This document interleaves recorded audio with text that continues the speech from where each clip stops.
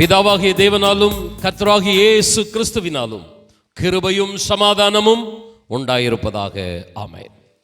இந்த வருடத்தின் சரி பாதி 6 மாதங்களை கடந்து மீதமுள்ள 6 மாதங்களின் துவக்கத்தில் வந்து நாம் நின்று கொண்டிருக்கிறோம்.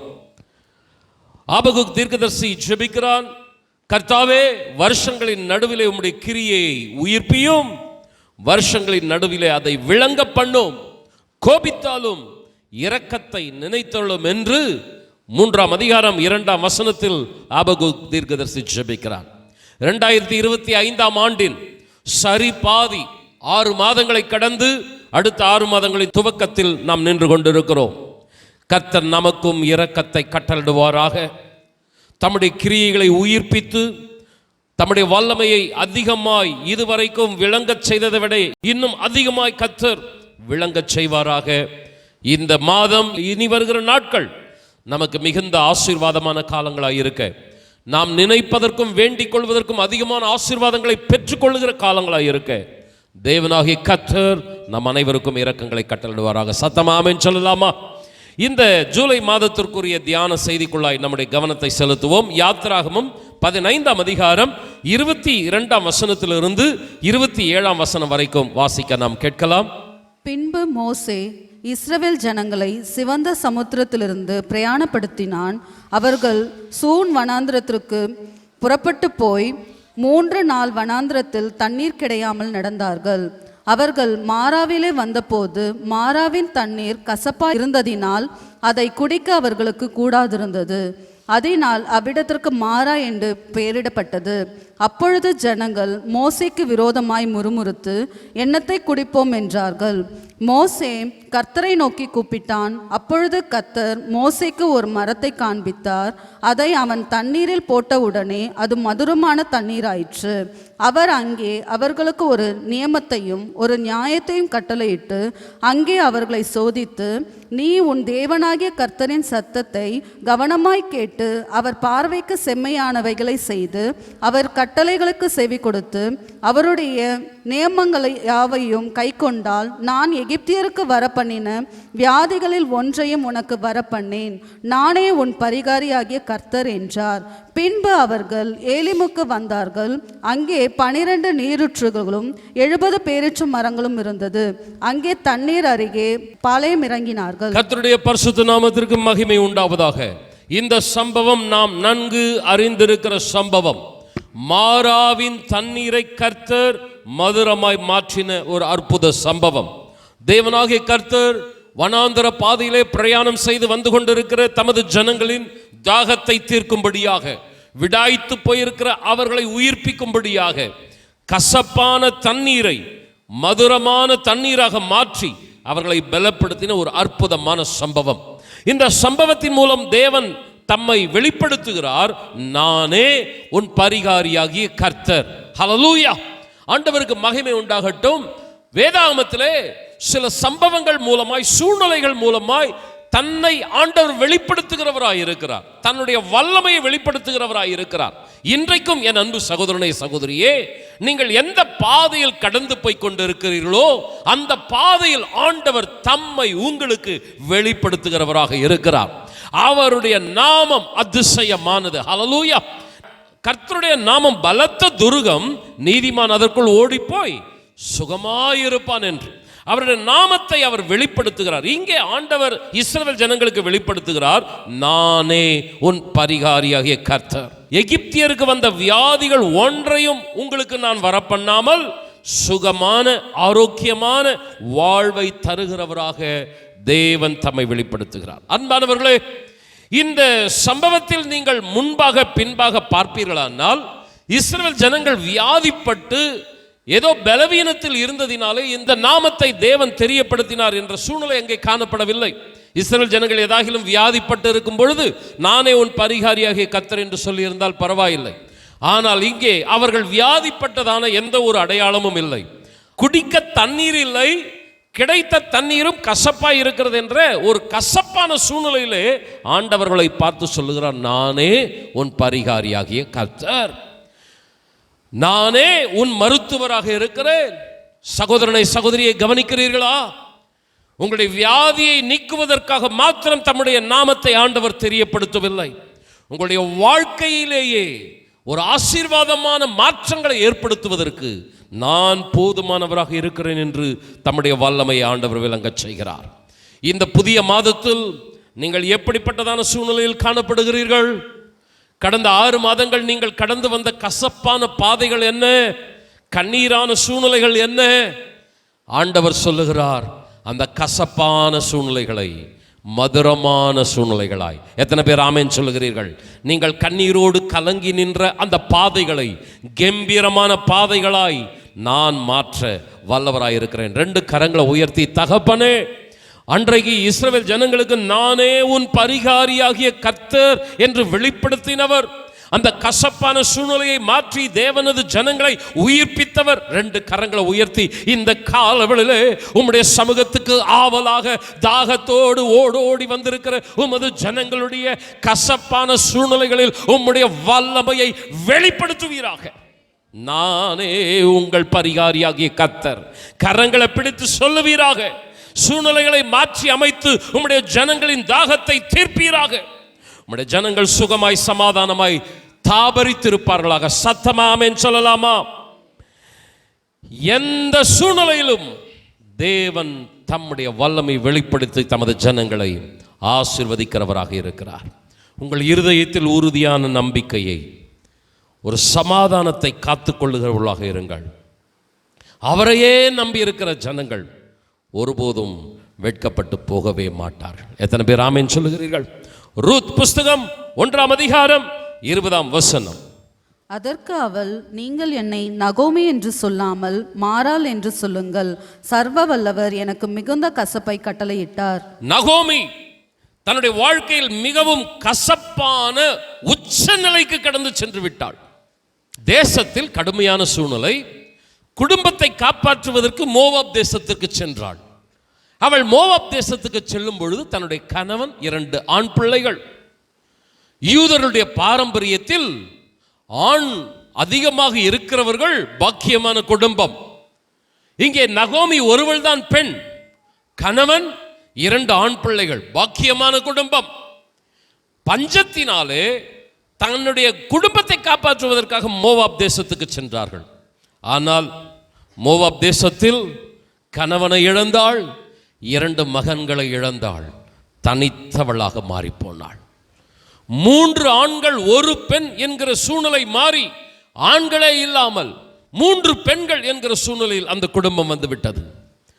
யூதருடைய பாரம்பரியத்தில் 3 ஆண்கள், அதாவது அதிகமான ஆண்கள் இருந்தால் அந்த குடும்பம் பாக்கியமானது என்பது போல, ஆணே இல்லாத குடும்பம் அது சாபமான குடும்பம் என்று எண்ணப்படும். நகோமியினுடைய குடும்பம் ஆண் துணையே இல்லாத ஒரு குடும்பமாய், ஒரு சாபமான குடும்பம் போல காணப்பட்டது. அந்த 3 பேரில் ஒருத்தி ஓர்பாள் தன்னுடைய தேசத்துக்கு திரும்பி போய்விட்டாள். மோவாபுக்கும் தன்னுடைய விக்கிரகத்துக்கும் திரும்பி போய்விட்டாள். ஆனால் ரூத்தோ, நான் உம்மை விட மாட்டேன், உம்முடைய தேவன் தான் என்னுடைய தேவன் என்று தேவனுக்காக வைராக்கியம் கொள்ளுகிறாள். இப்பொழுது நகோமியும் ரூத்தும் இஸ்ரவேல் தேசத்துக்கு மறுபடியும் வருகிறார்கள்.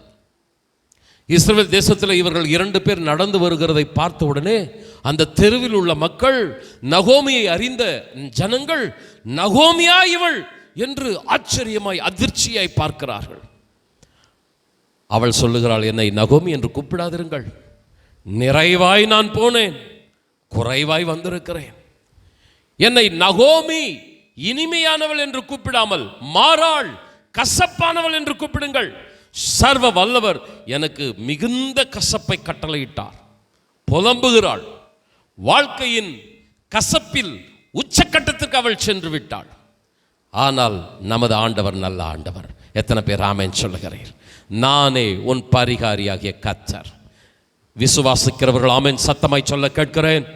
எனக்கு அன்பான சகோதரனே, எனக்கு அன்பான சகோதரியே, எந்த ஒரு ஆண் துணையும் இல்லாமல் பட்டு போக இருந்த அந்த செடி, அந்த நெறிந்த நாணல், ஆண்டவர் அதை கட்டி மறுபடியுமாய் நிமிர்த்தி வைத்தார். விழுந்து போன அந்த கூடாரத்தை மறுபடியுமாய் திரும்ப நிமிர்த்தினார். அந்த கூடாரத்தில் வெளிப்பட்ட ஒரு அழகிய மலர்தான் தாவீது. அந்த தாவீதின் வம்சத்தில் வந்தவர் நமது கர்த்தராகிய இயேசு கிறிஸ்து. சத்தமாமென் சொல்ல கேட்கிறேன். வாழ்க்கை கசப்பாகிவிட்டது, சாபமான ஒன்று, இனி வாழ்வதற்கு வழி இல்லை, என்ன செய்ய போகிறேன் என்ற கலங்கின அந்த நகோமிக்கு ஒரு நம்பிக்கை இருந்தது. என் ஆண்டவர் என்னுடைய வாழ்க்கையில் எப்படி ஆகிலும் ஒரு நன்மையை செய்வார். புலம்பினாலும் நான் மனுஷனிடத்தில் புலம்ப மாட்டேன், என் கர்த்தரிடத்தில் புலம்புவேன். ஹல்லேலூயா. ஆண்டவருடைய பாதத்தை பற்றி கொண்டாள், அவருடைய கசப்பு நீங்கியது.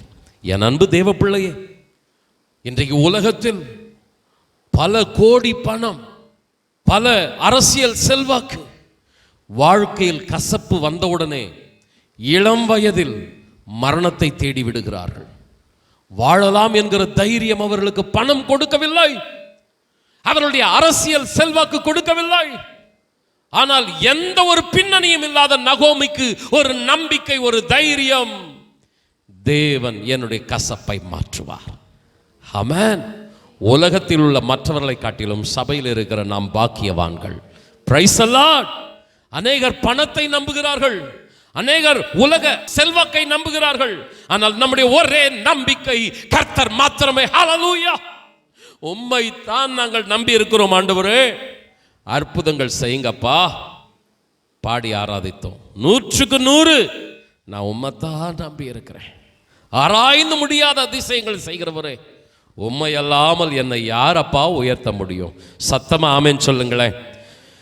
மங்கி எரிகிற திரியை அணைக்காத தேவன், நெறிந்த நாணலை முறிக்காத தேவன் உங்களுடைய வாழ்க்கை இருளில் அணைந்து போக விடவே மாட்டார். உங்களுடைய குடும்பம் முறிந்து போக இடம் கொடுக்கவே மாட்டார். மாராவில் தேவனது ஜனங்களின் தாகத்தை தீர்த்தவர், நகோமியின் கசப்பான வாழ்க்கையை மதுரமாய் மாற்றி அவளுடைய தலையை கம்பீரமாய் உயர்த்தினவர் உங்களுடைய கரங்களை பிடித்து சொல்லுகிறார், நானே உங்கள் பரிகாரியாகிய கர்த்தர். ஹல்லேலூயா. தகப்பனே, எங்களுடைய நம்பிக்கை நீர்தானாப்பா. இருதயத்திலே ஆழமான ஒரு நம்பிக்கையோடு சமாதானத்தோடு உம்முடைய கரத்தை நாங்கள் பிடித்து கொள்ளுகிறோம். ஒருபோதும் எங்களை வெட்கப்படுத்தாத தேவன் எங்கள் மத்தியிலே தொடர்ந்து அசைவாடுவீராக. ஆமென். 25ஆம் வசனத்தின் இறுதியில் பார்க்கிறோம், அங்கே அவர்களை கர்த்தர் சோதித்து பார்த்தார். தேவன் ஒவ்வொரு சூழ்நிலைகளின் வழியாக நம்மை சோதித்து பார்க்கிறவர், ஆராய்ந்து பார்க்கிறவர். சில கசப்பான சம்பவங்கள் நேரிடுகிறதா? கண்ணீரான சூழ்நிலைகள் வேலை ஸ்தலத்தில், வாழ்க்கையில் நீங்கள் கடந்து போகிற பாதையில் காணப்படுகிறதா? உங்களுடைய இருதயத்தில் இருக்கிற அன்பு, உங்களுடைய வாழ்க்கையில் தேவனுக்காக இருக்கிற அர்ப்பணிப்பு எத்தன்மை உள்ளது என்பதை ஆண்டவர் சோதித்து பார்க்கிறார். ஆபிரகாமை ஆண்டவர் மோரியா மலைக்கு அழைத்து சென்றார். ஆபிரகாமே, உனக்காக நான் கொடுத்த ஏக புதல்வன், உன் ஆசை நேசகுமாரன், எனக்காக பலி கொடுத்து விடு. அவர் ஆபிரகாமை சோதித்து பார்த்தார்.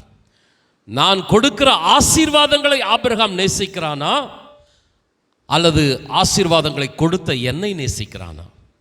அவனுக்கு நான் கொடுத்த குடும்பத்தை நேசித்து என்னை விட்டு விலகுகிறானா, அல்லது குடும்பத்தை பலியாக கொடுத்து என்னை மகிமைப்படுத்துகிறானா? ஆபிரகாமை ஆண்டவர் சோதித்து பார்த்தார். மோரியா மலையில் ஆபிரகாம் நடந்து போகிறான். சம்பவம் உங்களுக்கு தெரியும். தன்னுடைய மகனை பலியாக கொடுக்க ஆயத்தமாகிறான். ஓடோடி வருகிறார் கர்த்தர். அந்த மோரியா மலையில் சாட்சி பகிர்கிறார் ஆபிரகாமை குறித்து, நீ தேவனுக்கு பயப்படுகிறவன் என்பதை இப்பொழுது நான் அறிந்திருக்கிறேன். ஆண்டவர் ஆபிரகாமை சோதித்து பார்த்தார். நீ என்னை நேசிக்கிறாயா, உன் குடும்பத்தை நேசிக்கிறாயா? வெறுமையாக ஒன்றுமில்லாமல் நீ ஆலயத்துக்குள் நுழைந்து வந்தாய். உன்னை இரு பரிவாரங்கள் உடையவனை நான் மாற்றினேன். ஆமென். ஆசீர்வதித்த என்னை நேசிக்கிறாயா, அல்லது அந்த ஆசீர்வாதங்கள் முக்கியம் என்று என்னை விட்டு விலகுகிறாயா? ஆபிரகாம் சொன்னான், நீர் கொடுத்தவைகள் எனக்கு இரண்டாவது தகப்பனே, நீர்தான் எனக்கு முதன்மை. ஆமென். சத்தமாய் சொல்ல கேட்கிறேன். சோதிப்பார் கர்த்தர் என்னை உங்களை. சும்மா உட்கார்ந்து பிரசங்க நேரத்தில் சோதிக்க மாட்டார். வாழ்க்கையில் கடினமான கசப்பான பாதைகளில் நாம் கடந்து செல்லும் பொழுது நம்முடைய இருதயத்தில் தோன்றுகிற எண்ணங்கள், நம்முடைய வாயிலிருந்து புறப்படுகிற ஜெபங்கள், அர்ப்பணிப்புகள் இவைகளை கர்த்தர் கவனித்து பார்ப்பார். அன்பானவர்களே, கடினமான சூழ்நிலையில் தான் நமக்குள் இருக்கிற விசுவாசம், அன்பு, குணாதிசயங்கள் எல்லாம் வெளிப்படும். ஆண்டவராக இயேசு கிறிஸ்து சோதனைக்காரன் சோதிக்கும்படி வனாந்தரத்தில் அழைத்து சென்றார். இயேசு கிறிஸ்துவே சோதிக்கப்பட்டார், தேவகுமாரனை சோதிக்கப்பட்டார். நீங்களும் நானும் சோதிக்கப்படுவோம். அந்த சோதனையில் ஆண்டவர் நம்மை ஆராய்ந்து பார்க்கிறார். நாம் எந்த அளவுக்கு கர்த்தருக்காக வைராக்கியமாய் இருக்கிறோம். 22ஆம் வசனத்தில் பாருங்கள், 3 நாள் வனாந்தரத்தில் தண்ணீர் கிடையாமல் நடந்தார்கள். 23ஆம் வசனத்தில் பாருங்கள், 3ஆம் நாளில் அவர்கள் மாராவில் வந்தபோது அங்கே காணப்பட்ட தண்ணீர் கசப்பாக இருந்தது. 2 விதமான சோதனை. ஒன்று தண்ணீரே இல்லாத சோதனை, 2வது தண்ணீரை கொடுத்து அந்த தண்ணீரிலே கசப்பான ஒரு சூழ்நிலை. இந்த 2 விதத்தில் ஆண்டவர் சோதித்தார். பிரதர் சிஸ்டர், உங்களை வெறுமையில் ஒன்றும் இல்லாமல் பணப்பிரச்சனை, கடன் பிரச்சனை, இந்த சூழ்நிலையில் கர்த்தர் உங்களை எந்த அளவுக்கு நீங்கள் என்ன டிபெண்ட் பண்ணி இருப்பீங்கன்னு பார்ப்பார். சில பணத்தை கொடுத்து நல்ல சூழ்நிலை கொடுத்து அந்த நேரத்திலே கர்த்தர் சோதித்து பார்ப்பார். வெறுமையிலையும் பார்ப்பார், கொடுத்தும் பார்ப்பார். எப்படி இருக்கிறீங்கன்னு பார்ப்பார். ஆமென் சொல்கிறீங்களா? ஆண்டவரே, நான் ஒன்றும் இல்லாத போது எப்படி உம்மை நேசிச்சேனோ, ஆமென் சொல்லுங்க. ஆண்டவரே, என்னுடைய கையில் பணம் இல்லை, சாப்பிட்றதுக்கு வழி இல்லை, தங்கிறதுக்கு இடம் இல்லை, நான் எப்படி உம்மை நேசிச்சேனோ இன்னைக்கு நிறைய ஆண்டவருக்கு கொடுத்திருக்கிறீர். தங்குவதற்கு உறைவிடம் கொடுத்திருக்கிறீர். ஆமென். தேவைகளெல்லாம் சந்திச்சிருக்கிறீர். மற்றவர்களுக்கு கொடுக்கும் அளவுக்கு என்னை உயர்த்தி இருக்கிறீர். ஆனால் இந்த நேரத்திலும் சொல்லுவேன், நான் உம்மை நேசிக்கிறேன். சாத்தமா ஆமென் சொல்லுங்களேன். 2 விதங்களில் கர்த்தர் சோதிக்கிறார். அன்பானவர்களை, தண்ணீர் இல்லை, கிடைத்த தண்ணீரும் கசப்பு. ஒரு மனிதன் தண்ணீர் இல்லாமல் வாழ முடியாது. அதுவும் இஸ்ரவேல் ஜனங்கள் போகிற பாதை வனாந்தர பாதை.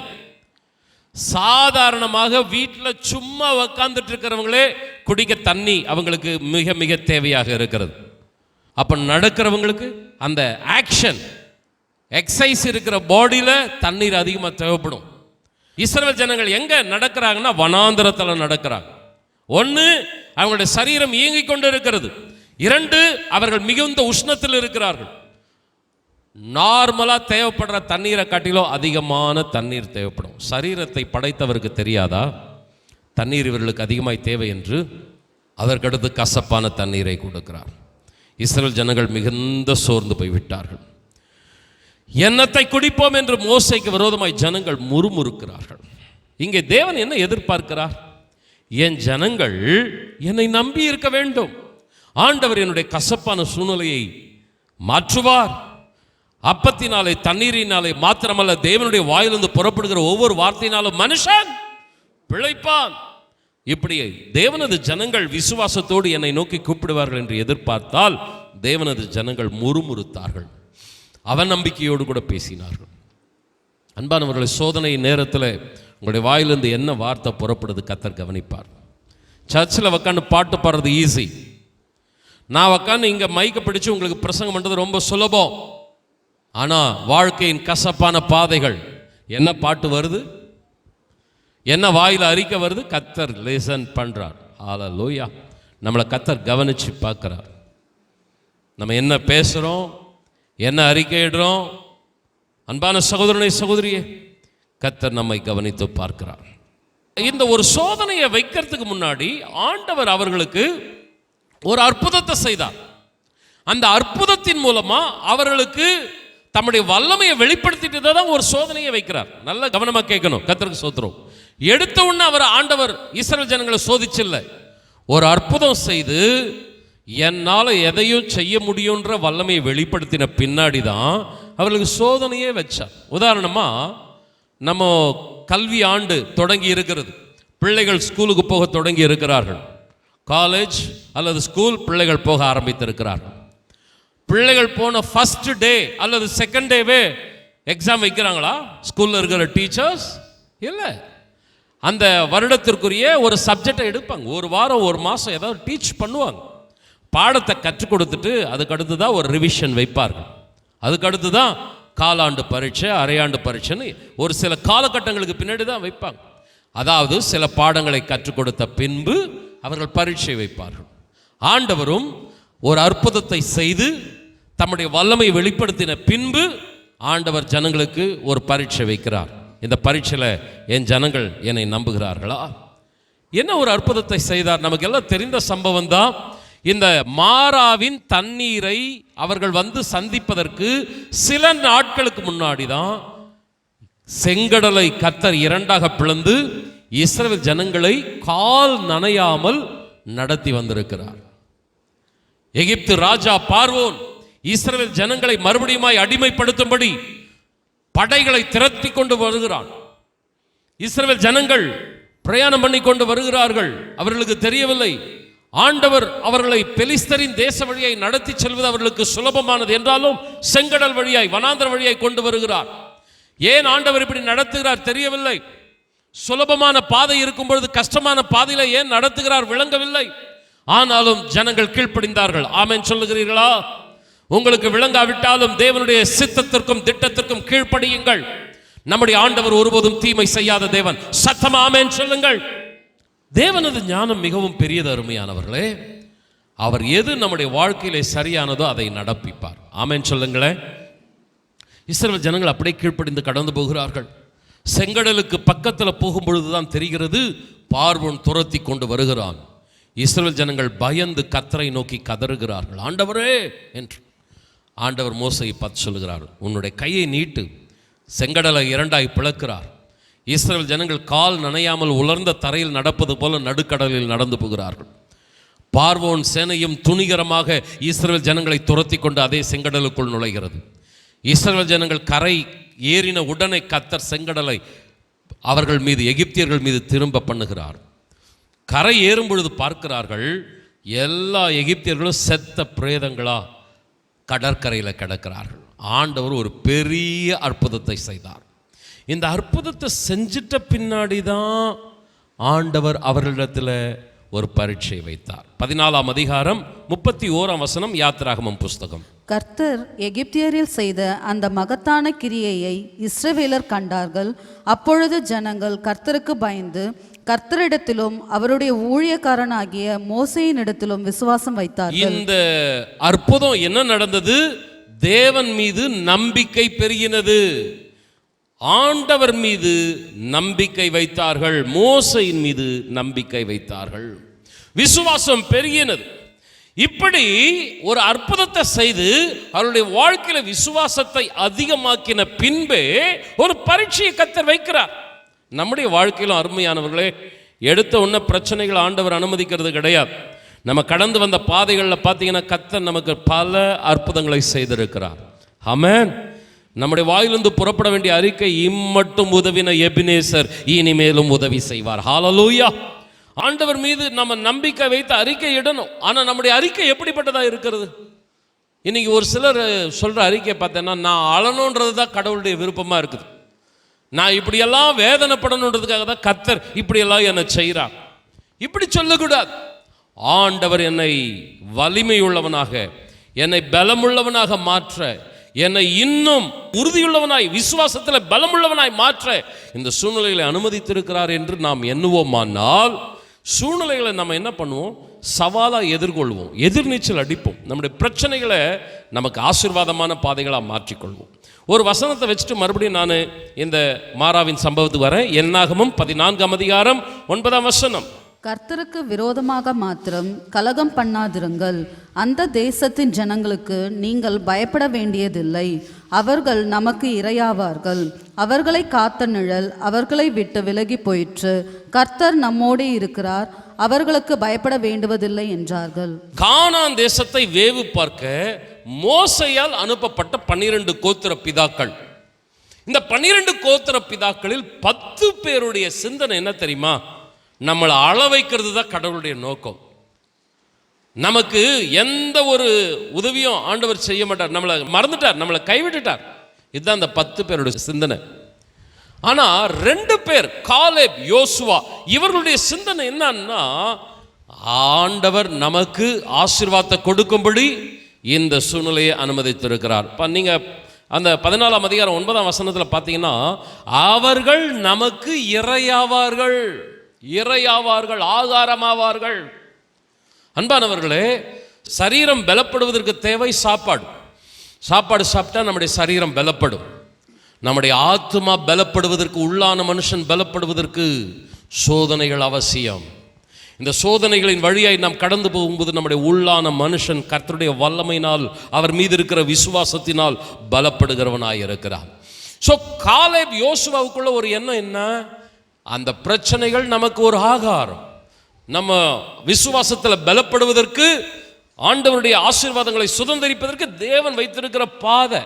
போன 12 பேர்ல 2 பேர் எப்படி யோசிக்கிறாங்க, 10 பேர் எப்படி யோசிக்கிறாங்க பாருங்களேன். 10 பேர் என்ன சொல்றாங்க? நான் அழுறது தான் தேவன் நோக்கம், நான் கஷ்டப்படணும், இதுக்காக தான் கர்த்தர் என்ன இப்படியெல்லாம் பண்றார். 2 பேர் என்ன சொல்றாங்க? இந்த சூழ்நிலை நமக்கு பலனா ஆசீர்வாதமா மாறும். Praise the Lord. 10 பேர் இடறி போனாங்க, 2 பேர் தான் உத்தமமாக கர்த்தரை பின்பற்றினாங்க. உங்கள் வாயிலிருந்து புறப்படுகிற அந்த ஸ்டேட்மெண்ட்டை கர்த்தர் கவனிக்கிறார். ஆமென் சொல்லுங்க. Praise the Lord. பிரசங்கம் பண்ணுகிற என்கிட்ட இப்போ இருக்கிற அந்த விசுவாசத்தை கவனிக்கிறத காட்டிலும், பிரசங்கத்தை கேட்டுக்கொண்டு இருக்கிற உங்ககிட்ட இந்த ஆமேன்னு சொல்கிற அந்த அர்ப்பணிப்பை கவனிக்கிறத காட்டிலும், பிரைஸ் தி லார்ட், பிரச்சனையில் நீங்கள் போகும்போது நீங்கள் என்ன யோசிக்கிறோம், என்ன அறிக்கை செய்கிறோம், இதை தான் நம்மளை ஆண்டவர் கவனிக்கிறார்.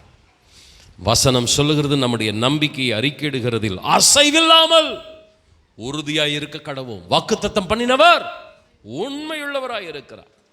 காலேபை போல, யோசுவாவை போல அறிக்கையிடுங்க அருமையானவர்களே. உண்மையுள்ள தேவன் நமக்கு பலனாய் இருப்பார், கசப்பான சூழ்நிலைகளை மதுரமாய் மாற்றுவார். நான் இங்கே மாராவின் சம்பவத்துக்கு வருகிறேன். 25ஆம் வசனத்தை நீங்கள் பாருங்கள். மோசே தேவனை நோக்கி கூப்பிட்டான். 24ஆம் வசனம், இஸ்ரவேல் ஜனங்கள் தேவனை நோக்கி முறுமுறுத்தார்கள். அவிசுவாசம், அவநம்பிக்கை நம்முடைய வாழ்க்கையில முறுமுறுப்பு வரும். விசுவாசம் நம்மளை ஜபத்தில், துதியில நடத்தி கொண்டு போகும். கர்த்தருக்கு ஸ்தோத்திரம். அன்பானவர்களே, இஸ்ரவேல் ஜனங்கள் முறுமுறுத்து பரீட்சையிலே தோற்று போனார்கள். மோசேயோ தேவனை நோக்கி ஜெபித்து தன்னுடைய விசுவாசத்தை வெளிப்படுத்தினான். நம்முடைய வாயிலிருந்து முறுமுறுப்பு வருதுன்னா, குறை சொல்றது வருதுன்னா, நம்ம தேவன் மீது இன்னும் ஸ்ட்ராங்கான விசுவாசத்தில் இல்லைன்னு அர்த்தம். நம்ம எடுத்தோன்னே பிரச்சனையில் முழங்காற்படிட்டு ஜெபிக்கிறோன்னா, இல்லைன்னா ஒரு பாட்டை பாடி துதிக்கிறோன்னா, நம்ம கர்த்தர் மேலே அதிகமான நம்பிக்கை இருக்கிறோன்னு அர்த்தம். ஆமென் சொல்லுங்களேன். சில சோதனைகள் நம்ம யாருன்னு நம்மளை காட்டுறதுக்கு கண்ணாடிகளாக வைக்கிறார் ஆண்டவர். அவரும் பார்க்குறார், நீ என்ன எந்த அளவுக்கு அன்பாக இருக்கிற, விசுவாசமாக இருக்கிறன்னு பார்க்கறதுக்கும் சோதனை ஆண்டவர் பர்மிட் பண்ணுறாரு. 2வது, நீங்கள் யாருன்னு உங்களுக்கு காட்டுறதுக்கு ஆண்டவர் சோதனை வைக்கிறார். கிளாஸ் பாடம் நடத்தும் போதே வாத்தியாருக்கு தெரிஞ்சிடும் எந்தெந்த ஸ்டூடெண்ட் எப்படியெல்லாம் லிசன் பண்ணுறான் அப்படின்னு தெரிஞ்சிடும்.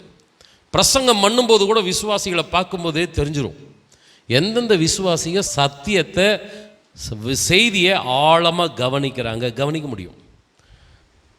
சில மாணவர்கள் என்ன பண்ணிட்டு இருப்பாங்க, பக்கத்தில் இருக்கிற ஃப்ரெண்டுக்கிட்ட பேசிகிட்டு இருப்பாங்க, என்னென்னமோ சேட்டை பண்ணிகிட்டு இருப்பாங்க. சபையிலையும் சிலர் அப்படி தான் இருப்பாங்க. ஆனால் எக்ஸாம் எதுக்கு வைக்கிறது தெரியுமா? அந்த மார்க் ஷீட் உங்ககிட்ட திருப்பி கொடுப்பாங்க. நீ என்னென்ன தப்பு பண்ணியிருக்கிற பார், உன் மார்க் எவ்வளோ, நீ எந்த அளவுக்கு நீ கற்றுட்டு இருக்கிற, கிளாஸில் நீ எந்த அளவுக்கு நீ கவனிக்கிற. ஆண்டவர் சில சோதனை வைக்கிறது நீ யாருன்னு உனக்கே காட்டுறதுக்கு. ஆமென் சொல்லுங்களேன். கண்ணாடி கடைக்கு போயிட்டு கண்ணாடி வாங்கும்போது ஒரு முறை என்ன பண்ணிட்டேன், கண்ணாடி விலை கம்மியாக கொடுக்குறாங்களேன்னு வாங்கி வந்துட்டேன். அந்த கண்ணாடி எடுத்து மாட்டினா அது ஒட்டு கண்ணாடி போல் இருக்குது. அப்படி திரும்பினா அப்படியே டபுளாக தெரிகிறேன். இப்படி போனால் இன்னொரு மாதிரியே தெரியுது. மேலே போனால் வேறு மாதிரி நான் ஷேப்பாக இருக்கிறேன். தோத்துறோம். நல்ல கண்ணாடியை வாங்கினா கரெக்டாக என்னை காட்டுது. நம்ம தலைவாரத்துக்கும் நம்முடைய குறைகளை சரி செய்யறதுக்கும் அந்த கண்ணாடி கரெக்டாக காட்டுது. பிரதர் சிஸ்டர், கரெக்டாக வசனத்தை கவனி. ஆமென் சொல்கிறீங்களா? சபைக்கு வர்றது கர்த்தருடைய வார்த்தைகளை கவனிக்க. ஹல்லேலூயா. சில சூழ்நிலையில் கர்த்தர் அனுமதிப்பது உன்னை யாருன்னு உனக்கு கர்த்தர் காட்டுவதற்கு. நீ அதில் எஸ்கேப் பண்ணன்னு வச்சுக்க, உன்னுடைய உருவம் உன்னையே சரியாக பார்க்க முடியாது. ஆண்டவருக்கு ஸ்தோத்திரம். இன்னொரு முக்கியமான காரியத்தை சொல்கிறேன். முறுமுறுப்பவர்களுக்கு கர்த்தர் எதையுமே சொல்ல மாட்டாருங்க. அவிசுவாசமா இருக்கிறவர்களுக்கு கர்த்தர் எந்த ஒரு காரியத்தையும் வெளிப்படுத்தவே மாட்டார். ஆனா விசுவாசமா இருக்கிறவர்களுக்கு கர்த்தர் காரியங்களை வெளிப்படுத்துவார். சங்கீதத்தில் வாசிக்கிறோம், நான் உன்மேல் என் கண்ணை வைத்து உனக்கு ஆலோசனை சொல்லுவேன், நீ நடக்க வேண்டிய வழி உனக்கு.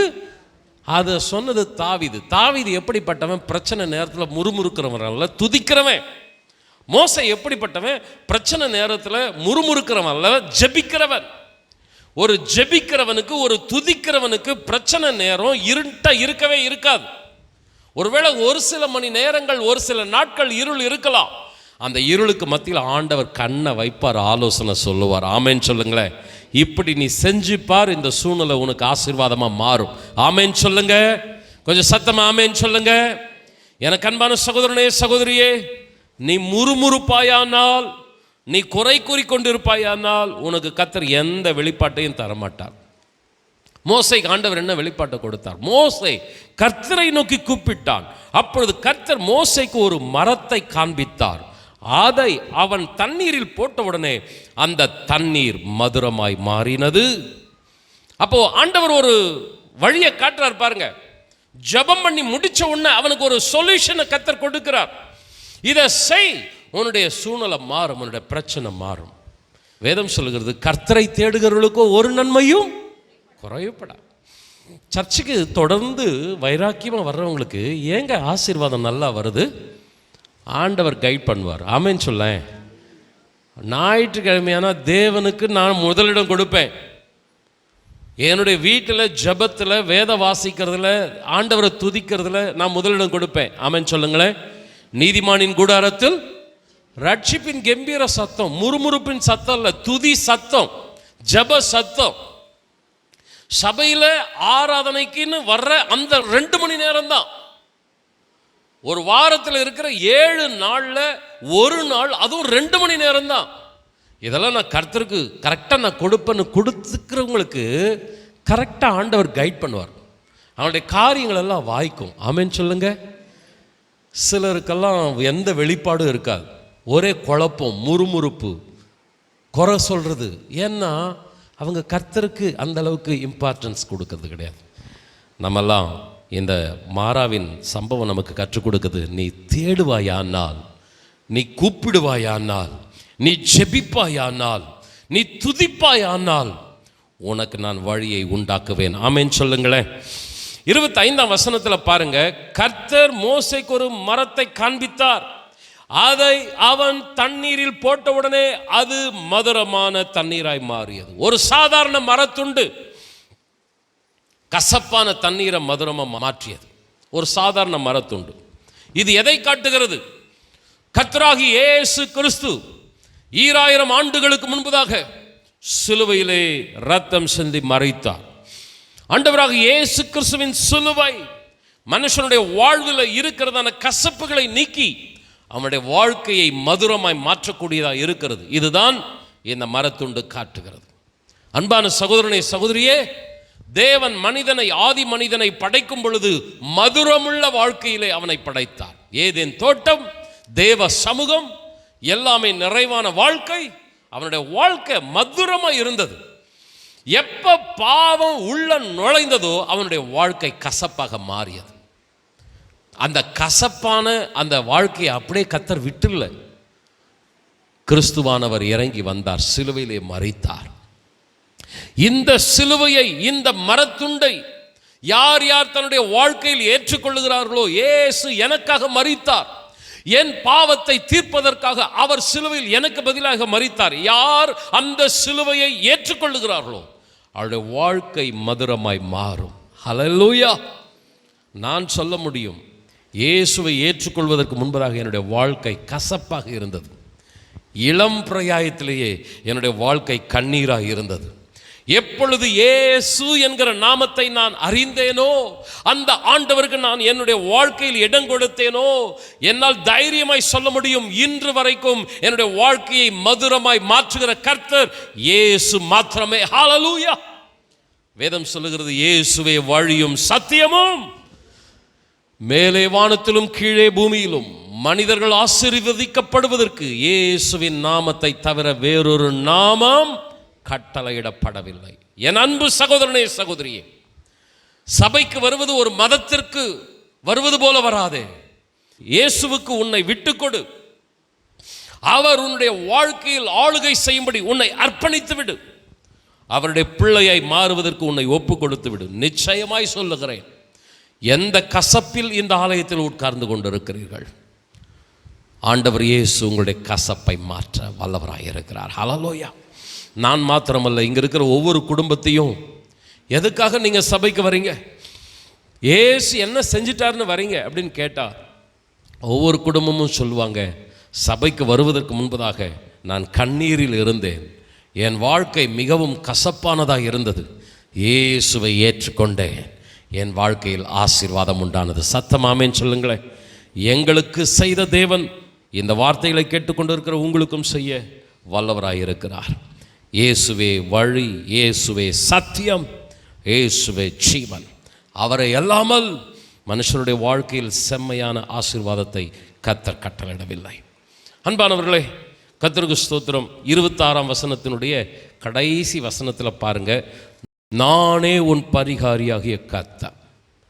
அந்த நேரத்தில் எந்த ஒரு சிக்னஸ் இஸ்ரவேல் ஜனங்கள் கிட்ட இல்லை. ஏதாவது கொள்ளை நோயில் அகப்பட்டு ஜனங்கள் பாதிக்கப்பட்டிருந்தார்களா என்றால் இல்லை. அவர்கள் தண்ணீர் மாத்திரம்தான் இல்லாமல் இருந்தார்கள்.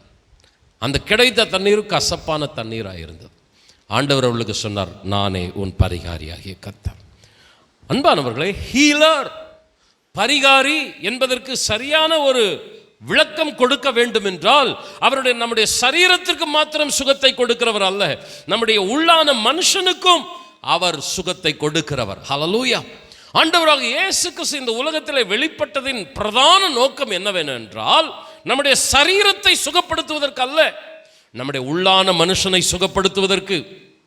நாம் எதற்கு முதலிடம் முக்கியத்துவம் கொடுக்கிறோம் என்பதை கவனித்து பார்க்க வேண்டும். ஆண்டவர் இந்த இடத்துல மாறா இந்த சூழ்நிலையில் கற்றுக் கொடுக்கிறார், நானே உன் பரிகாரியாகிய கர்த்தர். அங்கே ஜனங்கள் வியாதிப்பட்டு இருப்பார்களானால் சரீர தேவைக்காக ஆண்டவர் இதை சொன்னார் என்று எடுத்துக்கொள்ளலாம். ஆனால் உள்ளான மனுஷன் சுகமடைய வேண்டும். முறுமுறுப்பு, பாவம் இவைகளெல்லாம் அகற்றப்பட வேண்டும். உன்னுடைய ஆத்துமா சுகம் பெற்றால் உன்னுடைய வாழ்க்கை சுகமாக இருக்கும். ஆமென் சொல்லுங்களேன். இதைத்தான் யோவானில் பார்க்கிறோம், பிரியமானவனே, உன் ஆத்துமா வாழ்வது போல நீ எல்லாவற்றிலும் வாழ்ந்து சுகமாயிரு. உன்னுடைய ஆத்துமா வாழணும். சபைக்கு வர்றது எதற்காக?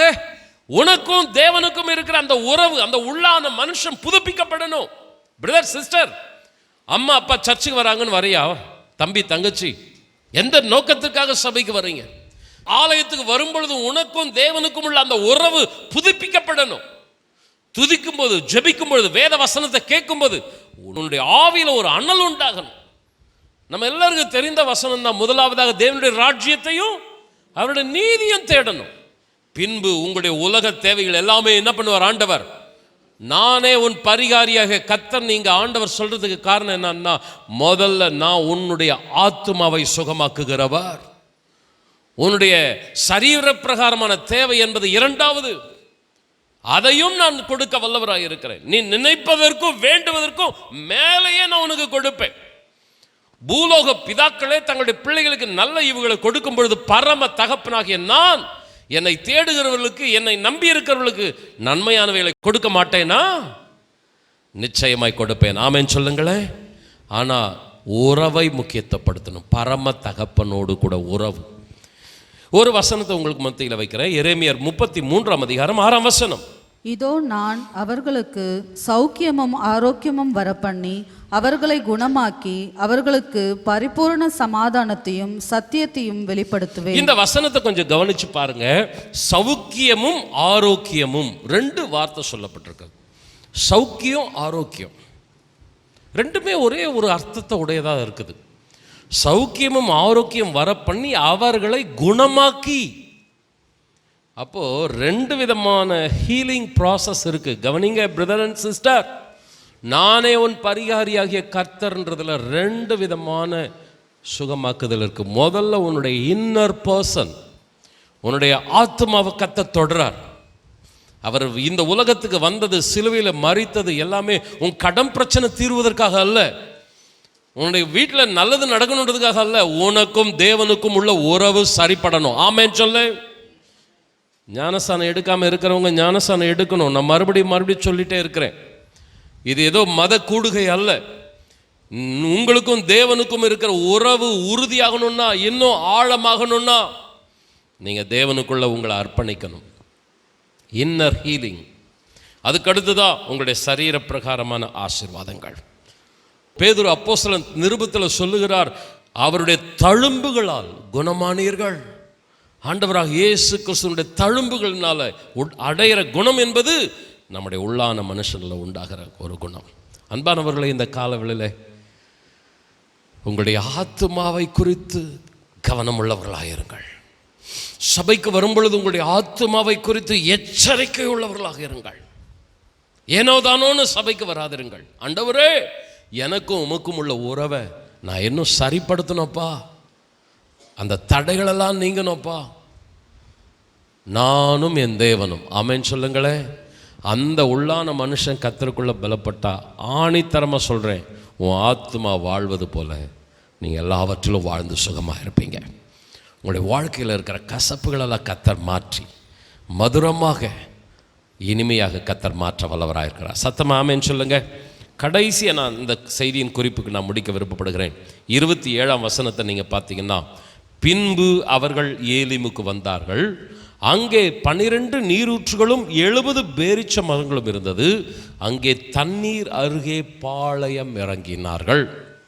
22ஆம் வசனத்தை நம்ம வாசிக்கும் பொழுது, தண்ணீர் இல்லாமல் 3 நாட்கள் அலைந்து திரிந்தார்கள். அடுத்து சில வசனங்களை பார்க்குறோம். தூரத்தில் தண்ணீர் கிடைத்தது. அந்த தண்ணீரை நோக்கி ஆவலாய் ஓடி வந்தார்கள். அந்த தண்ணீரோ கசப்பாக இருந்தது. தண்ணீர் இல்லை, கசப்பான தண்ணீர். 2 பிரச்சனையில் இருந்தாங்க. இப்போ அந்த 2 பிரச்சனை அப்படியே 2 விதமான ஆசீர்வாதமாக மாறுது. மாறாவை கர்த்தர் என்னவா மாற்றுகிறார்? மதுரமாய் மாற்றுகிறார். மதுரமாய் மாற்றின ஆண்டவர் அந்த மாறா என்கிற இடத்திலிருந்து எங்கே அழைத்து வருகிறார்? ஏலிமுக்கு அழைத்து வருகிறார். ஏலிமில் என்ன இருக்குதுன்னா 12 நீரூற்றுகள் இருக்கிறது. ஒரு கோத்திரத்துக்கு ஒரு நீரூற்று. எந்த குறையும் இருக்கக்கூடாது. எல்லாருமே திருப்தியாக இருக்கணும். ஆமேன்னு சொல்லுங்களேன். நம்முடைய ஆண்டவர் சரியாக போஷிக்கிறவர். ஹல்லேலூயா. என் பாத்திரம் நிரம்பி வழிகிறதுன்னு சொல்கிறான் தாவீது. ஹல்லேலூயா. நீரூற்றுன்றது என்னன்னா வற்றாத ஒரு இடம். மாறா என்கிற இடத்துல தண்ணி தேங்கி இருந்தது. ஒரு குளம், தண்ணீர் தேங்கி இருக்கிற பகுதி. அது நீரூற்று கிடையாது, அது வற்றி போயிடும். ஆனால் அந்த வற்றி போன இடத்தையே மதுரமாய் மாற்றினவர் அடுத்து தம்முடைய ஜனங்களை எங்கே கொண்டு வரார்னா, ஒரு செழிப்பான இடத்துல. அந்த வசனம் இப்படியாய் முடிகிறது, அவர்கள் தண்ணீர் அருகே பாளையம் இறங்கினார்கள். அவங்கள சுற்றிலும் தண்ணி தான். எதுக்காக ரொம்ப பாதிக்கப்பட்டாங்களோ அதில் நிறைவான ஆசீர்வாதத்தை கர்த்தர் கொடுத்தார். கண்களை மூடி ஆண்டவர் நோக்கி பார்த்து, இயேசுவின் நாமத்தினால உம்முடைய ஜனங்கள் எந்த ஒரு சூழ்நிலைக்காய் வாஞ்சியோடு தாகத்தோடு இந்த ஆலயத்துக்கு ஓடோடி வந்திருக்கிறார்களோ, ஆண்டவரே, இந்த ஆசீர்வாதம் என்னுடைய வாழ்க்கையிலே தூரமாக இருக்கிறதே, ஒரு சிலருக்கு கிடைத்திருக்கிற ஆசீர்வாதமும் கசப்பாக இருக்கிறதே என்று கண்ணீரோடு கூட உம்முடைய ஜனங்கள் உம்முடைய ஆலயத்துக்கு வந்திருக்கிறார்கள். உம்மைத்தான் நம்பி காத்து கொண்டிருக்கிறார்கள். முழங்காற்படியிட்டு, ஆண்டவரே, இந்த காலவெளியில் எங்களுடைய ஒரே நம்பிக்கை, எங்களுடைய தேவன் எங்களுடைய வாழ்க்கையில் மாறாவை மதுரமாய் மாற்றுகிறவர். கடந்த சில வாரங்களுக்கு முன்னாடி பார்த்தோம், நல்ல மேய்ப்பராகிய கர்த்தர் நம்மை அமர்ந்த தண்ணீர் அண்டையில் நடத்தி செல்லுகிறார். நம்முடைய ஆத்துமாவை தேற்றுகிறார். தம்முடைய நாமத்து நிமித்தம் நீதியின் பாதைகளை நடத்துகிறார். ஹல்லேலூயா. என் அன்பு சகோதரனை சகோதரியே, ஆண்டவருடைய நாமத்தினால சொல்லுகிறேன், உங்களுடைய சுக வாழ்வு சீக்கிரமாய் துளிர்க்கும். ஒருபொழுதும் நீங்கள் கசப்பான இருண்ட பாதைகளிலே தொடர்ந்து நடக்கவே மாட்டீர்கள். நகோமியின் தேவன் நம்முடைய தேவனாக இருக்கிறார். ஹல்லேலூயா. ஓ, மோசே ஜெபித்தான், தாவீது துதித்தான், கர்த்தர் அவர்களுக்கெல்லாம் ஒரு வழியை காட்டினார். உன்மேல என்னுடைய கண்ணை வைப்ப உனக்கு ஆலோசனை சொல்லுவேன்னு சொன்ன தேவன், ஜெபிக்கிற துதிக்கிற உங்களுக்கு கர்த்தர் வழிகளை காட்டுவார். ஹல்லேலூயா. ஓ, நீங்கள் குழப்பத்தோடு கலக்கத்தோடு அலைந்து திரிய கர்த்தர் விடவே மாட்டார். இயேசுவின் நாமத்தில் முழங்காற்படியிட்டு, ஆண்டவரே, எங்களுடைய வாழ்க்கையில் ஒரு ஆசீர்வாதம் உண்டாகட்டும் அப்பா, எங்களுடைய வாழ்க்கையில் ஒரு மதுரம் உண்டாகட்டும் ஆண்டவரே. ஹல்லேலூயா. ஆண்டவரே, உமக்கு ஸ்தோத்திரம் அப்பா. உமக்கு ஸ்தோத்திரம் ஆண்டவரே. எந்த இடத்துல நீங்க கலங்கி நிற்கிறீர்களோ அதே இடத்தை மதுரமா கர்த்தர் மாற்றுகிறார். தேவன் ஏன் இந்த கசப்பான ஒரு சூழ்நிலை எனக்கு அனுமதிச்சார்னு எந்த சூழ்நிலையை நீங்க ரொம்ப ரொம்ப மன நொந்து நிற்கிறீர்களோ அதே இடத்தை கர்த்தர் மதுரமாய் கர்த்தர் மாற்ற போகிறார். கரங்களை தட்டி இயேசுவின் நாமத்துல, இயேசுவின் நாமத்துல, ஓ ஹல்லேலூயா, ஹல்லேலூயா, ஹல்லேலூயா. உங்களை அடுத்த லெவலுக்கு கர்த்தர் கொண்டு போகிறார். இந்த புதிய 6 மாசம் அடுத்த லெவல். அந்த அடுத்த லெவல் எந்த இடம்னா 12 நீரூற்றுகள். ஹல்லேலூயா. உங்களுடைய பாத்திரம் நிறைந்து வழிய போகிறது. ஹல்லேலூயா. முதல்ல தாவீது புலம்புனான், கலக்கத்தோடு கூட காணப்பட்டான். ஆனா நம்பிக்கையோடு கூட இருக்கிறான். அவன் முறுமுறுக்கல, அவன் குறை சொல்லல. கர்த்தர் என் மேய்ப்பராய் இருக்கிறார். அவர் என்னை அமர்ந்த தண்ணீர் அண்டையிலே நடத்துவார். ஓ, என் சத்துருக்களுக்கு மத்தியில் ஒரு பந்தி ஆயத்தப்படுத்தி என் தலையை எண்ணெயினால் அபிஷேகம் பண்ணுவார். என் பாத்திரம் நிரம்பி வழியும். என் ஜீவனுள்ள நாளெல்லாம் நன்மை கிருபை என தொடரும். அவன் என்ன அறிக்கை இட்டானோ காலேப் யோசுவாவை போல அப்படியே கர்த்தர் அவனுக்கு கொடுத்தார். கரங்களை தட்டி ஹல்லேலூயா. எங்களுடைய வாய் முறுமுறுக்காது. எங்களுடைய வாய் ஜெபிக்குமே தவிர, எங்களுடைய வாய் துதிக்குமே தவிர ஒருபோதும் அவநம்பிக்கையின் வார்த்தையை வெளிப்படுத்தாது. எங்கள் தேவன் அதிசயமானவர். ஹல்லேலூயா. ஒரு மரத்துண்டை ஆண்டவர் காட்டுறார். அந்த மரத்துண்டை தூக்கி போட்ட உடனே அந்த மாறா மதுரமாக மாறினது. 2 கரங்களை உயர்த்தி இயேசு விட்டுட்டு உங்களால் என்ன செய்ய முடியும்? அருமையானவர்களே, சீஷர்கள் சொல்றாங்க, யாரிடத்தில் போவோம் ஆண்டவரே? நித்திய ஜீவ வசனங்கள் உம்மிடத்தில் தானே உண்டு. அப்போஸ்தலர்களே சொல்றாங்க, யார்கிட்ட போக முடியும்ப்பா? சபையை விட்டுட்டா எங்களுக்கு எந்த ஒரு ஆசீர்வாதமும் இல்லை. 2 கரங்களை உயர்த்தி இயேசுவை உம்மை தவிர எங்களுடைய வாழ்க்கையில எந்த ஒரு அதிசயமும் நடக்காது, எந்த ஒரு அற்புதமும் நடக்காது. உம்மை நாங்க நம்பிட்டு இருக்கும் போது ஆண்டவரே எங்களுடைய வாழ்க்கை அதிசயமா மாறும். தாகம் கொண்ட தேவஜனம் வானம் பார்க்கும்போது ஆண்டவர் கூட வருகிறார். வாழ்க்கையில கசப்புகள் கலந்தாலும் பாசமுள்ள ஒரு மரம் கூட வருகிறது. மாறாவின் நீரை தேனாக மாற்றுகிற கர்த்தர் என்னே சரி என்னோடு. கரங்களை தட்டி கர்த்தரை மகிமைப்படுத்தலாமா? ஹல்லேலூயா, ஆமென். வாழ்க்கையில கசப்புக்கள் கலந்திட்டாலும் பாசமுள்ள ஒரு மரம் கூட வருது. வாழ்க்கையிலே கசப்புகள் கலந்திட்டாலும் பாசமுள்ள ஒரு மரம் கூட வருது. மாறாவின் நீரை தேனாக மாற்றும் என் நேசர் என்னோடுண்டு. சொல்லுங்க, மாறாவின் நீரை தேனாக மாற்றும் என் நேசர் என்னோடுண்டு. தேவா, நான் எதினால் விசேஷித்தவன், ராஜா நான் அதை தினம் யோசிப்பவன். தேவா, நான் எதினால் விசேஷித்தவன், ராஜா நான் அதை தினம் யோசிப்பவன். தாகம் கொண்ட தேவ ஜனம் வானம் பார்க்குது, ஆவல் கொண்ட கண்மலையும் கூட செல்லுது. தாகம் கொண்ட தேவ ஜனம் வானம் பார்க்குது, ஆவல் கொண்ட கண்மலையும் கூட செல்லுது. என் ஏக்கம் எல்லாம் என் தேவன் தீர்ப்பார், சந்தோஷம் நான் காணுவேன். ஆமென், ஹல்லேலூயா. என் ஏக்கம் எல்லாம் என் தேவன் தீர்ப்பார், சந்தோஷம் நான் காணுவேன். தேவா, நான் எதினால் விசேஷித்தவன், ராஜா நான் அதை தினம் யோசிப்பவன். தேவா, நான் எதினால் விசேஷித்தவன், ராஜா நான் அதை தினம் யோசிப்பவன். எதினா இது எதினா நீர் என்னோடு இருப்பதினா, எதினா இது எதினா நீர் என்னோடு வருவதினால்.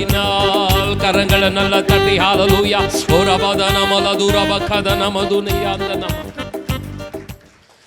எங்கள் பரலோக பிதாவே, இந்த அருமையான நல்ல மனமகிழ்ச்சியின் நாளிலே இஸ்ரவேல் ஜனங்கள் தண்ணீர் இல்லாமல் வனாந்திரத்தில் கடும் உஷ்ணத்தில் 3 நாட்கள் அலைந்து திரிந்தார்கள்.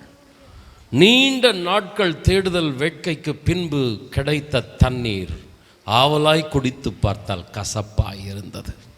தகப்பனே, எங்களுடைய வாழ்க்கையிலே ஆவலாக தாகத்தோடு உலகத்தில் தேடி பார்த்தோம்.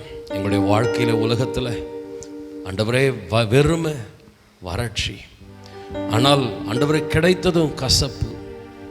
என் இயேசுவை நம்பினால், எங்கள் ஆண்டவரை சார்ந்து கொண்டால் அந்த கசப்பு மதுரமாய் மாறியும். 2 கரங்களை உயர்த்தி, உம்மை விட்டு விட்டு நாங்கள் எந்த ஒரு ஆசீர்வாதத்தையும் பூர்ணமாக பெற முடியாது. எங்களையும் திருச்சபையும் மக்களையும் உம்முடைய அன்பிலே நிலைத்திருக்க செய்யுங்கப்பா. முறுமுறுக்கிறவர்களாக அல்லாமல் ஜெபிக்கிறவர்களா, துதிக்கிறவர்களா, நம்புகிறவர்களா, உண்மையே சார்ந்து இருக்கிறவர்களா முழு சபை முழு குடும்பம் காணப்பட கிருபை தருவீராக. நீர் மாறாவ மதுரமா மாற்றுகிறவர் மாத்திரமல்ல, 12 நீரூற்றுகள் செழிப்பான இடத்துல எங்களை கொண்டு வந்து நிறுத்துகிறவர். உம்முடைய ஜனம் செழிப்பான ஆசீர்வாதத்தை சுதந்தரிக்கட்டும். தண்ணீரை கடந்து ஆண்டவரே, அக்கினியை கடந்து மனிதர்களெல்லாம் எங்க தலைமையில ஏறி போனாங்க. வசனம் சொல்லுகிறது, நாங்கள் அழிந்து போனோம் என்றல்ல, செழிப்பான இடத்துல எங்களை கொண்டு வந்து விட்டீர். கரங்களை உயர்த்தி, பிதா குமாரன் பரிசுத்த ஆவியின் நாமத்தினால் உமது ஜனங்களை ஆசீர்வதிக்கிறோம். சீக்கிரமாய் சுகவாழ்வு துளிர்க்கட்டும், இருள் விலகட்டும், அந்த நெறிந்த நாணல் நிமிர்ந்து நிற்கட்டும், மங்கி எரிகிற திரி பிரகாசமாய் எரியட்டும். உம்முடைய ஜனங்கள் செழிப்பான ஆசீர்வாதத்தை சுதந்தரித்து கர்த்தருடைய நாமத்துக்கு மகிமையான சாட்சிகளாய் இருக்க கிருபை செய்ய வேண்டும் என்று ஜெபிக்கிறோம். தாவீது சொல்வது போல, என் பாத்திரம் நிரம்பி வழிகிறது. என் பிரச்சனைகளுக்கு மத்தியிலே, நீரூற்றுகளுக்கு மத்தியிலே இருக்கிற அந்த தேவ ஜனங்கள் சொல்லுகிறார்கள், எங்கள் பாத்திரம் நிரம்பி வழிகிறது. நாங்கள் ஆராதிக்கிற தேவன் நல்லவர். ஆமென். உம்முடைய ஜனத்தை அப்படியே ஆசீர்வதியும். இந்த மாதம் முழுவதும் ஆண்டவரே, இனி வருகிற காலங்கள் முழுவதும் உம்முடைய நன்மைகளினால் திருப்தியாக்கும். துதிகன மகிமை உமக்கு செலுத்துகிறோம். இயேசுவின் நாமத்தில் ஜெபிக்கிறோம் நல்ல பிதாவே, ஆமென். என் ஆத்துமாவே கர்த்தரை ஸ்தோத்திரி, என் முழு உள்ளமே பரிசுத்த நாமத்தை ஸ்தோத்திரி. என் ஆத்துமாவே கர்த்தரை ஸ்தோத்திரி, கர்த்தர் செய்த சகல உபகாரங்களை மறவாதே, ஆமென். நம்முடைய கர்த்தராகிய இயேசு கிறிஸ்துவின் கிருபையும் பிதாவாகிய தேவனது அன்பும் பரிசுத்த ஆவியானவருடைய ஆசீர்வாதமான வழி நடத்துதலும் நம் அனைவரோடு கூட என்றென்றும் தங்கியிருப்பதாக, ஆமென்.